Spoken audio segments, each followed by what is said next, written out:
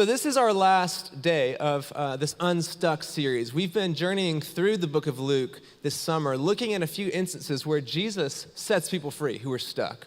We've looked at the man with the withered hand. We've looked at the paralytic.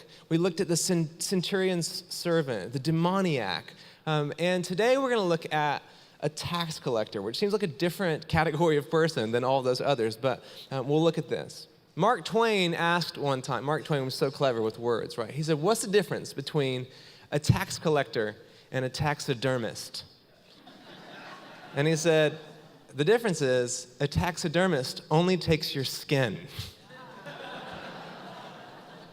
I like that. I don't know what you think about when you hear the phrase tax collector, but I'm quite sure that what you hear today is different than what Jesus' audience would have heard then, or Luke's audience would have heard back then. When we look at a tax collector in the Bible, we're not talking about a suited CPA, okay, or a paper-pushing IRS agent. Tax collectors in that day were a whole different thing than they are today. And here's why. I want to show you a picture of what was going on around the time of Jesus in the region that was the Holy Roman Empire. Okay, so massive, if you look at Rome, kind of left center, capital of the Holy Roman Empire, and this was a massive kingdom. And the way that they kept this kingdom going was through heavy taxes. So they would finance their empire by taxing every town in the empire and oppressing these cities. And so obviously the Jewish people down there, look at Judea around there. The Jewish people were under this Roman oppression, so they had to pay these heavy taxes. So in order to collect the taxes, Rome would hire local businessmen to become tax collectors. So Zacchaeus, who we're going to look at, this tax collector, he's more like a mafia boss. So you probably grew up hearing a little song about Zacchaeus, what, right? I promised I would not sing that song this morning. I hate that song so much. But you probably heard of him as a wee little man. I'm doing it, all right. A wee little man. And we tend to think like this is this tiny little wimpy little man. Guys, Rome was not hiring tiny little wimps to collect their taxes for their empire. This is more like a mafia boss and a bureaucrat. Rome needed muscle. Okay. If the tax collector was successful, they could climb the ladder and become a chief tax collector. The way you could be a franchise tax collector like that was the Roman Empire. You would basically bid on a region and tell the empire, I think I can get this many dollars. They didn't use dollars, but I could get this much money for you, and you'd outbid all of your competition. And anything that you can get above and beyond what you owe the government, you get to keep for yourself. So this is how the whole system worked, and this is why it was bent towards injustice and corruption. And this is why a little upcharge here, a little upcharge there. I promise Zacchaeus wasn't giving out tax refunds. He was pocketing the refunds. Okay. So these tax collectors are just greatly disliked, very unpopular, and they've cheated their own community. They're seen as traitors who'd sided with the enemy in order to enslave their own people and pad their own portfolio. Okay, now, we've got a little bit of an idea now why Zacchaeus would be as reviled as he is. And it's interesting because in Luke, this is the only place we find this story. Okay, we don't find Zacchaeus in Matthew, Mark, or John. And the place that Luke puts Zacchaeus is, again, it's interesting. It's like we just drop into the middle of the movie. But in Luke 19, if you go back one chapter, you'll find two more stories that kind of connect to Zacchaeus' story. And I think it's interesting. In Luke 18, verses 10 through 14, you find Jesus telling a story about a Pharisee and a tax collector. And maybe you remember that story where they're in the temple and they're praying. And the Pharisee says, oh, God, thank you that I'm not like this guy. And the tax collector is just repentant, and he's very penitent. So that's a story to kind of set this up. And then at the end of Luke 18, verse 18 to 29, right in the middle of Luke 18, you find the story of the rich young ruler. Remember that story where Jesus invites this guy to follow him, and this guy has a lot of wealth, and he's not ready to let go of that. And he walks away from Jesus. So Pharisee and a tax collector. Rich young ruler who walks away from Jesus.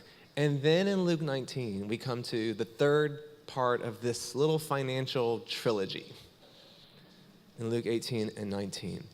And so let's just go verse by verse through it, and we'll make some comments through the way and see what it might say to us. Okay, Luke 19, verse 1. Let's just start here. He entered Jericho, Jesus, and was passing through. Let's pause right there. Jesus is just passing through. If you look at the end of Luke 19, you'll find that we are at the end of Jesus' public ministry. He's been going for 3 years now. He's been on the fringes, and he is on the way to Jerusalem. Jesus won't get to Jerusalem until the last week of his life. So he spends most of his ministry out in the small towns, out on the fringes. If he'd gone to Jerusalem earlier, obviously his life would have ended earlier. And so he is on the way to Jerusalem, and he is just passing through Jericho. And I like this. I think it's important because Jesus has no intention of staying in Jericho. He's just passing through it.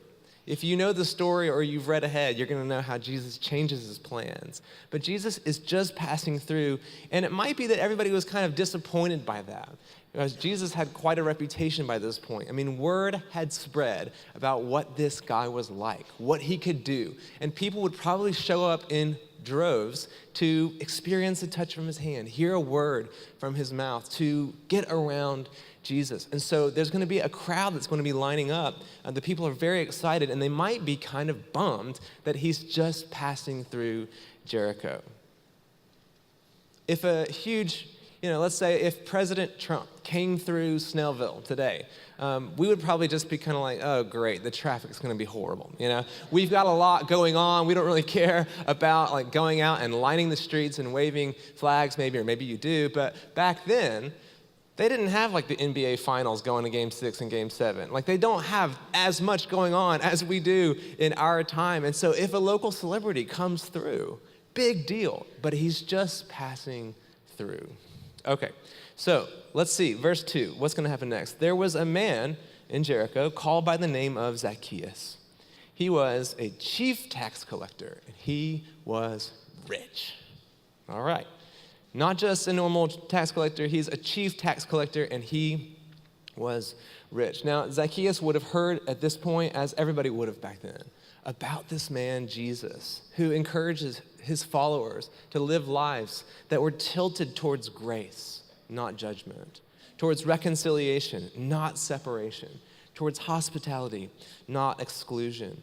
Zacchaeus, he's wealthy. It says it right there. He's got status, and he's reviled status, but he has wealth, but he's got it all in a way, but he doesn't have what he needs. He doesn't have what he really wants. He's hungry for something, or hungry for someone. Verse 3, Zacchaeus was trying to see who Jesus was and was unable because of the crowd, for he was small in stature. So, verse 4, he ran ahead and climbed a sycamore tree in order to see him, for he was about to pass through that way.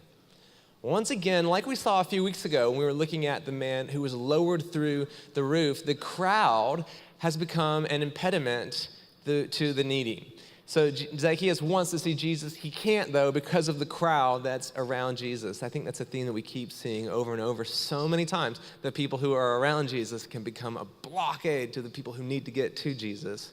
We mentioned that before, so I won't go back into it today.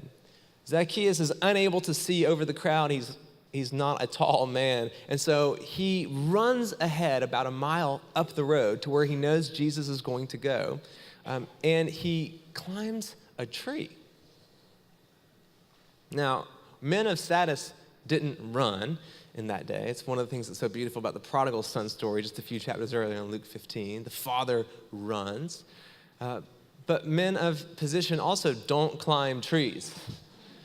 Running is a little undignified. Climbing trees is a lot undignified, okay? And so Zacchaeus is this despised member of the community who loses all pretense of dignity, runs ahead, climbs a tree just to get a glimpse of Jesus. He's so compelled and drawn to Jesus that he throws his dignity out the window, and he climbs a sycamore tree. We're going to put a picture up of a sycamore tree. This is who knows, maybe this is one like the one Zacchaeus climbed up into, but these trees are interesting because they have low branches, so easy for a vertically challenged Zacchaeus to get into. And they have big leaves. Easy place to hide. Zacchaeus climbs up into this tree. The other thing about sycamore trees is the Mishnahs, which are kind of the collected oral traditions of the Jewish community, they said that sycamore trees were to be planted 75 feet outside of the city, no closer. So if we can put that picture back up for just a second. This tree is going to be outside of town. It's going to be easy to get into and a great place to hide. So some have said that Zacchaeus wants to see Jesus without being seen that he's seeing Jesus. He's trying to sneak a peek of Jesus. So he climbs into this tree. Now remember, tax collectors aren't just hated. They are regarded as unclean, ritually unclean, like a leper. So you couldn't touch one or you'd be unclean. You can't go to their home. You'd be unclean. You can't eat a meal with them where you take on their uncleanness. So let's see what happens. Verse 5. When Jesus came to the place where that tree was, he looked up and said to him, Zacchaeus, hurry and come down, for today I must stay at your house. Isn't this just amazing about Jesus? He just finds the most unlikely candidates, right, to show the kingdom of God and to bring into the family. This is the last person who deserves to see Jesus, much less host him. I must stay at your house. Jesus has changed his plans. He's going to stay now in Jericho. He's going to go back into town. He's on his way to Jerusalem. Jesus has a purpose. He has a destination in mind. At this point, his phone is saying, make a U-turn. This is where you're supposed to be going. But Jesus sees this one guy. And he says, I've got to stay at your house. I love this. The New Testament shows two different categories of people often associated with each other. You see it in Matthew 9. You see it in Luke 15. Here's the two categories. Tax collectors and sinners. Here's what the Pharisees say to Jesus' disciples in Matthew 9. Why does your teacher eat with tax collectors and sinners? In Luke 15, now the tax collectors and sinners were all gathering around to hear Jesus. So Zacchaeus is just absolutely associated with the worst. The people believed that Messiah was going to come and free Israel from that Roman oppression. You saw on that map, Rome was oppressing all of these different nations and all these different peoples, and they believed Messiah was going to come free them from that oppression. And Zacchaeus is the exact representation, incarnate of that oppression.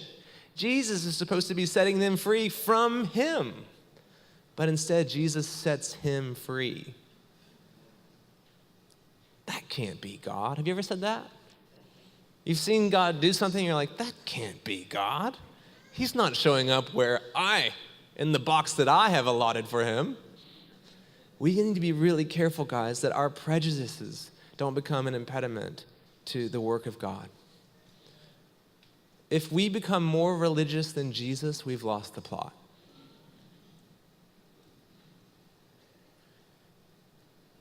I love it too, because Jesus says, I only do what I see my Father doing. I only say what I hear my Father saying.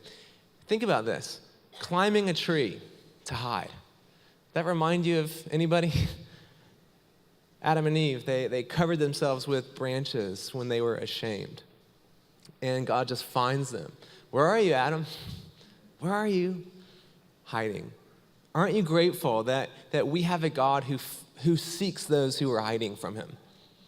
He doesn't just say, all right, well, then I'm going to hide from you too. In the garden, God finds Adam and Eve. He calls them out. In Luke 19, Jesus finds Zacchaeus, who's hiding and trying to cover himself with branches. Jesus says, you're going to have to come down from that tree. And Jesus calls him by name. How does Jesus even know his name? It could be like a word of knowledge. Jesus wasn't from Jericho, though, okay? It could be miraculous knowledge, but one commentator, Ken Bailey, says the most likely scenario is that the crowd's following Jesus out of town and somebody spots this tax collector up in the tree. Now, this is a humiliating moment for Zacchaeus. He's gone up there to be anonymous and to be unnoticed, but someone possibly sees him and starts taunting him or yelling at him. You couldn't do that to his face. He could tax you to death. But from a crowd, you could let him have it. So Ken Bailey says maybe this is how Jesus knew his name. His hiding spot has failed. Zacchaeus is going to have to get down out of that tree. Again, look at verse 5. Zacchaeus, hurry and come down. I got to stay at your house. Verse 6. And he hurried and came down and received him gladly. All the people, verse 7, saw it. They began to grumble, saying, he's gone to be the guest of a man who is a sinner. The scene changes here. Jesus has gone to be the guest of Zacchaeus. So they go from standing under that tree to Zacchaeus' house, apparently. And you can imagine, Zacchaeus knew how to throw a party. Zacchaeus, he's in cahoots with the Roman Empire. He's probably serving this great Italian wine. I mean, Jesus was probably like, man, this is the best wine I've had since Cana, he's got like unsavory characters all around him. And Jesus, accused of dining with sinners and prostitutes. And why does your Messiah, why does your rabbi eat and drink with these people? There he was, Jesus, hanging out with these people. And in a dramatic moment, Zacchaeus rises from the table maybe. Have you been to a formal dinner party where the host clicks on their glass and they stand up with something to say? Everybody tunes in. And Zacchaeus says this, verse 8. Zacchaeus stood up and said to the Lord, look, Lord, here and now I give half of my possessions to the poor. And if I've cheated anybody out of anything, I will pay back 4 times the amount. Some dinner speech. He doesn't offer excuses. He repents. He changes the way he's going to do things. This is true repentance, not just a fleeting moment of emotional intensity. There is action. He's going to restore what was taken. And it's actually way more than the law required. It's more than charity, which is kind of discretionary giving from his abundance. And it's more than compensation, like dollar for dollar, matching what he had defrauded. He's moving away from an entire MO. The way that he operated is about to change. It's about to go from injustice to justice, from gains to sacrifice. Zacchaeus at this point, until this point, he had pursued money at any cost, and he was obviously good at what he did. But when you just pursue money at any cost, you end up stuck, trapped. You might have it all, but not have what you need, just like him. If we think money is going to be the answer to our problems, we're going to end up like Zacchaeus, just trapped, stuck, and desperate. Because there's never going to be enough, right? Like, what's the amount that's going to be enough? This is an area where a lot of us still get stuck today. And we've seen Jesus get people unstuck relationally, spiritually, emotionally, communally. Here we see Zacchaeus is unstuck. He's set free even financially. And I love that because I can tend to still get stressed out too about finances. I bet any of us could in here. Do we need finances? Yeah, obviously we need to take care of our families. I need to send my kids to college, dear God, how are we going to do this? But if I'm not careful, that caution and wisdom can sneak into this, it can evolve into something where it's more of a primary desire and I just want more and I want more and I want more of this. If I'm not careful, this is how Wendell Berry said it, I might end up selling my moral allegiance to a pile of money. Selling my moral allegiance to a pile of money. And Zacchaeus' life changes here. He gets his life saved from an endless cycle of striving, unjust manipulating. He encounters a new way of living. And I love that because he ends up changing the whole dynamics of that town. I mean, Jericho is changed because of what Jesus has done in Zacchaeus. Listen to how John Ortberg says it. When the good news comes to a tax collector, it's good news for everybody. When the good news comes to a rich guy, it's good news all around. Jesus has brought justice to Jericho. I love that. The ripples of one man surrendering to Jesus transforms the entire town. Let's keep going. Verse 9. We're almost through the story. And Jesus said to Zacchaeus, "Today salvation has come to this house, because this man too is a son of Abraham. For the Son of Man came to seek and save the lost." Today, salvation has come to this house. Can I just remind us this morning, salvation still comes. It still comes to our houses. And I don't know how you grew up, but I know how I grew up. Salvation was something that happens after you die. Salvation is wonderful because one day when you die, you get to go to this place and not that other place. That's what salvation was. But can I just tell you guys that the gospel has at least as much to say to how we live as how we die? See, I grew up independent Baptist, fundamentalist, Christian kid, pastor's kid. Like, I grew up going to all the camps and to all the church services and all this, to every revival. And every invitation was the same. If you were to die tonight, do you know that you know that you know? If you're 99% sure, you're 100% lost. And the preachers would just tell horrible story after horrible story after horrible story to try to scare the out of us into coming to Jesus. Because, Romans 12, it's in view of God's wrath, offer your body. Oh, wait, no, sorry. In view of his mercies, that's right, wait. But we were just heavy on, because God is this, you have to do that. But the question was always the same. If you were to die tonight, do you know? I'm kind of poking a little fun at that, but there's obviously something really beautiful and so critical about our eternal security. I'm having a little fun with it, but I'm just trying to make a point. Look, I don't think that the question is, if you are to die tonight, do you know? I think the question is, what if you don't die tonight? What kind of life are you going to live? See, I think we've spent so long just waiting for heaven, and no wonder we see so little breakthrough in our Jericho.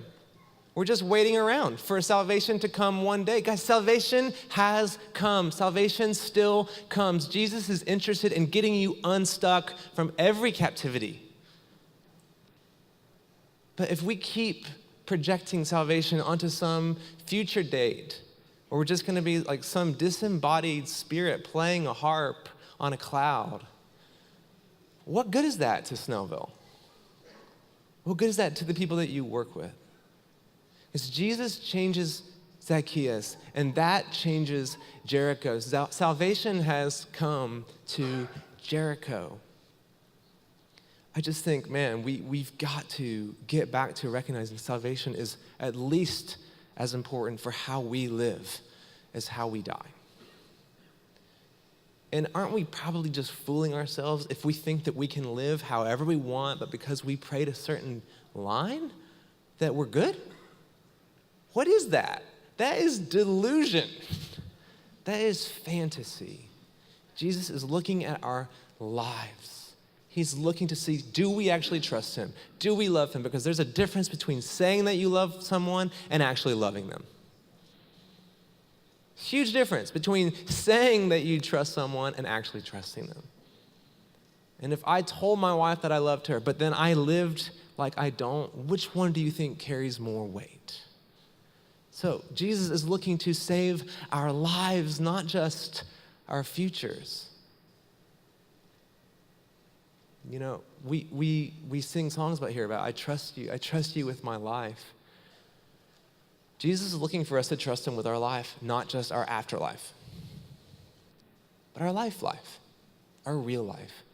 That's what Zacchaeus shows here. He's going to trust Jesus with his life, his real life, and consequently trust Jesus with what comes after. But this is the last encounter that Jesus has with one of these outcasts in his ministry before he is getting on a donkey to ride into Jerusalem at the end of this same chapter in Luke 19. And I love it. Jesus always takes the time to just see where God is moving, who's hungry, even if they're hiding, who's hungry. So what do we do with this? What do we do? I was reading this book this week, and I want to read you a story out of it. It's a book by N.T. Wright, but I love this story. It's a book called The Day the Revolution Began, and I want you to listen to a story he tells. A short story, but I love it. He says, a Roman Catholic archbishop described how 3 mischievous young lads decided to play a trick on the priest who was hearing confessions in their local church. So they took turns going into the confessional and confessing all sorts of terrible sins and crimes to see how the priest would react. 2 of them made off in a hurry, but the priest stopped the third one and, as though taking him seriously, announced that he was going to impose a penance on him. The lad was to walk up to the far end of the church toward the figure of Jesus hanging on the cross. He was to look Jesus in the face and say 3 times, "You did all that for me, and I don't give that much," snapping his fingers on the that. The young man did it once. He did it a second time. Then he found he couldn't do it the third time, but instead dissolved into tears. He left the church a changed person. And the reason I know that story, concluded the archbishop, is that I was that young man. I love that story. Isn't there just something about Jesus? When you just come face to face with him, when you come face to face with what he's done, when you come face to face with what he's revealed about God, the goodness and the mercy and the grace, it just, it's the kindness of God that leads us to repentance. I just love, Jesus doesn't lay some heavy challenge on Zacchaeus. Jesus goes to dinner and Zacchaeus changes. It's one of the things I love about worship. We get together and we remember and we proclaim and we sing the character of God. He's faithful. He's faithful. He gives us mercy. And as we remember what God's done for us, that transforms us. We can't help but be transformed. When Jesus comes into your life, you start to look at people differently too, right? Do we have eyes to see the people who are hiding but hungry for Jesus? Maybe they're afraid, or maybe they're reviled, or maybe they're even despised, but they're hungry for God to do something in their lives. And I love this story as well because there's no spectacular or spectacle in this story. A lot of the stories we've looked at in this series of Unstuck, a paralytic getting up and walking, spectacular. A leper getting cleansed, that's a spectacle. A man with a withered hand stretching out, that's amazing. In this story, there doesn't seem to be any physical miracle, but maybe mercy is the miracle. Maybe it's the grace and the forgiveness of God that is the miracle. When Jesus calls Zacchaeus' name, Zacchaeus, that name means pure and innocent. He says, this is a son of Abraham too. Maybe that's part of the miracle, that no matter what you've done and no matter how much you've messed things up, Jesus still calls you by your name. He still reminds you of who you really are. Zacchaeus had probably come a long way from being pure and innocent as a son of Abraham. But Jesus calls him back to who he really is. Maybe that's the miracle. Think about how many times do you give mercy to someone who's offended you? How many times do you forgive someone who has affronted you? How many times? 10? 100? Now think about how many times has God been merciful to you? Is that not miraculous? What kind of heart we have in our God? Because most of us aren't chief tax collectors. I don't think any of us are. Most of us aren't involved in extortion and racketeering. Most of us aren't hated violently like Zacchaeus. But if we're honest, we could probably all use some help on our relationships too.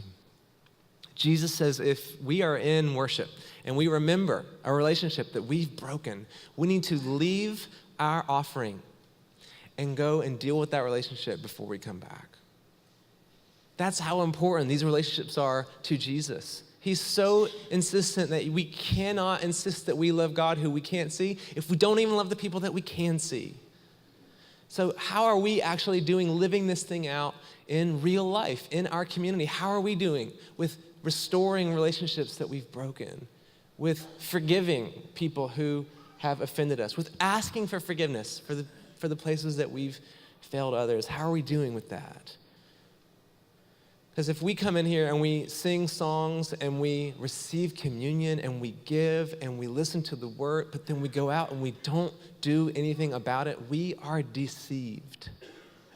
We're deceived. Reconciliation, it's got to be more than just contrition, feeling bad, or generous charity. It's more than that. It's the hard, vulnerable, and costly work of making the relationships right again after they've been broken. Jericho. This is where the walls fall down. Jericho is the place that the divisions come down. Like, are there divisions that you have built or have been built around you that even this morning as we worship and as we receive communion, that you need to let some of the dividing walls crumble? Jericho is the place where the divisions disappear. Eugene Peterson said it like this: Christian churches are not, as a rule, model communities of good behavior. They are, rather, places where human misbehavior is brought out in the open, faced and dealt with. Don't you want that? Don't you want this to be that kind of place, that kind of community, for us to be that kind of a people where we can actually bring who we really are and still be loved? Where you can actually be like fully known and still be accepted? Or do you want to just keep the masks up and keep the charade going? The church has been pretty good at that for a long time. But that's not what Jesus is looking for. We bring our brokenness, we bring our vulnerability, we bring our transparency, and we recognize as we come together, every one of us needs the mercy of Jesus. We just all need it. We all need what he alone can give. So this morning, maybe you need to rethink how you live. Rethink. Maybe you need to reconsider what you give. Maybe you need to release and forgive. But as we worship, I'm just going to ask, are you willing to do it? Are you willing to rethink what you give? I mean, Zacchaeus, there is a financial implication to this story. Dallas Willard said the best way to deal with your greed is to give it away. Just give and give until it doesn't have a hold on you anymore. Like, do we need to this morning maybe give? Do you need to make a call? Someone, hey, can we talk? I've really blown it with you. I shouldn't have said that. I'm not happy with what I've done. Will you forgive me? Are you willing to do this? And maybe if you're not, you just ask the Lord, will you help me to become willing? I'm not willing yet. Will you help me to become willing? The band can come on up. We're going to go back into some musical worship, but we're also going to prepare to receive communion.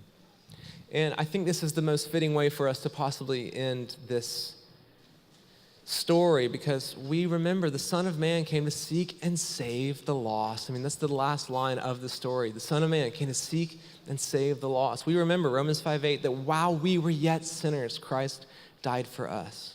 Jesus lived beautifully and was broken brutally. And just like Jesus, we choose to live lives where we are broken and poured out for the world. We come to the table, we come to receive communion, to say, we remember what you've done for us, and we aspire to live like you lived, selflessly for those around us. I mean, remember, while Jesus is dying on the cross, he's praying, Father, forgive them. He's forgiving the people who are crucifying him. And when he resurrects and when he comes back, he doesn't come on the scene with like Schwarzenegger, I'll be back. When he comes back, he says, peace be with you. Not only to his dying breath, even into his resurrected life, Jesus speaks peace. He's constantly restoring, constantly reconciling. So this morning we receive communion. I think this is such a powerful thing for us, because in this room, if there's 900 of us or 1,000, there's all kinds of different socioeconomic statuses, different political ideas, different ages, different colors. And you know what? every single one of us come together at the table of the Lord, and we're all just needy people who need a Savior. That's what we are. He has torn down the walls of hostility. He has brought us together. We are a family. We are a new humanity, brought together under the banner of the love of Jesus. And we come to the table and we remember that. So maybe even as we prepare to come, you need to look at some people who are walking to these stations. It's really hard to watch someone year after year receive communion and still harbor hatred to that person. It's really hard to do it yourself, to come week after week to receive the table of the Lord and to still allow sin to go unchecked. This is a formative practice for us. And so as the band leads us in this song, what we're gonna do is we've got teams set up around the room, okay? And during these next two songs, the invitation is for you to search your heart, ask the Lord to see if there's any stuff in you that needs to be dealt with, and then to go and receive. When we do this morning, I want you to be intentional about one thing. We're not taking communion. We don't take communion. Taking is what got Zacchaeus into so much trouble. Taking is what got Adam and Eve into so much trouble. Taking is what's probably gotten you into so much trouble. We don't come to communion like this. We come to communion like this. We receive. We just receive what Jesus has done. We receive, and it doesn't matter how much you've taken or how badly you've blown it. We all come, every one of us, needy, broken, to the broken Savior, broken for us. And we take his life into ours so that we can go live his life in our world, broken and poured out. We don't take anything. Jesus took our death. Jesus took our sin. Jesus took our very worst, and he took it and he buried it so that he could be resurrected and lift us up with him. Let's live as his hands and feet in our Jericho, in our day, and in our time. So the band's gonna lead. You've got some time. Ask the Lord to search you. Sing along. Consider the goodness of the Lord, his kindness that leads to repentance. And then when you're ready, you just go to the table. You just go to these teams like this. Needy. Every one of us the same. Let's pray.